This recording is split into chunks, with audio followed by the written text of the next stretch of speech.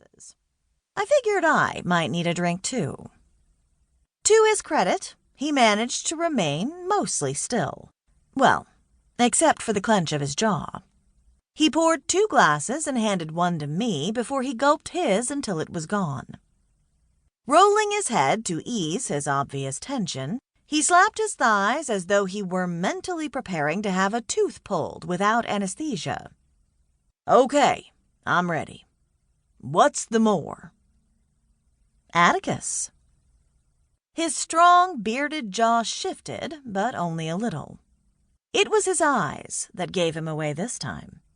They went a little glassy and far away. Your hummingbird. My hummingbird familiar. You know, like my guide.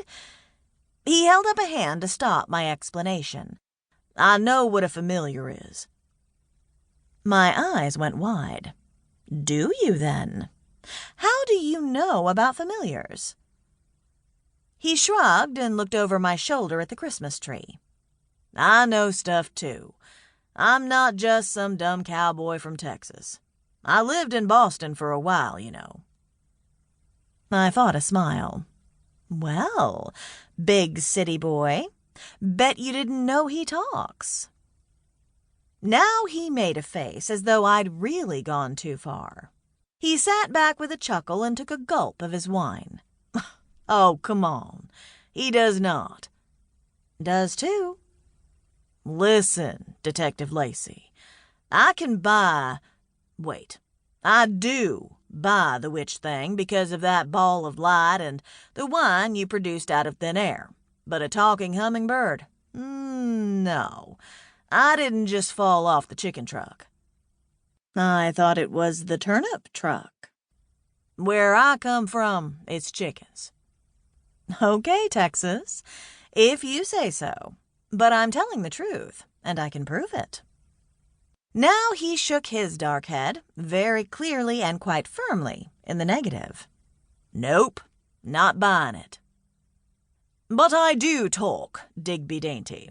And if you intend to court my beloved little poppet of a witch, you shall make the appropriate adjustments. Addie said as he flew into the living room and hovered by the Christmas tree, his wings fluttering at lightning speed. Now Hobbs jumped up and looked around, clear suspicion in his eyes. That was Styles, wasn't it? Styles, come on out, bud. Joke's over, but spot-on British accent. Well done. Atticus flew right into Hobbs' direct line of vision, flapping his wings furiously. I assure you, I'm no joke, and this is no fake accent.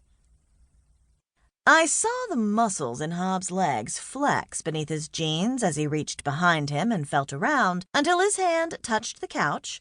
Then he plopped back down, grabbing for the wine to pour more. I rubbed his muscled arm and smiled in sympathy. You okay? He gulped another half glass of wine before he said, No, yes, I'm not sure, but I think mostly yes. Then he shook off whatever was troubling him and said with more conviction, Yes, I'm okay. Well, there's something to be said for the good old boys from Texas, isn't there? If nothing else, they give good face. Atticus muttered with his usual dry sarcasm. Oh, Addie, I chided. Shush. We just told him witches are real and that you can talk. Let the man process. Don't be a toad about it. But Hobbs held up his hand. No, he's right.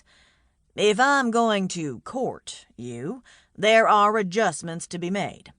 Apparently, one is a talking bird. Hummingbird, fine sir, Addie corrected. Hummingbird, Hobbs acknowledged. My apologies. No offense meant. Anyway, if courting you means you can produce bottles of wine out of thin air, who am I to complain? Addie buzzed to situate himself in front of Hobbs's face, his wings racing. No, she absolutely will not use her magic with such careless abandon.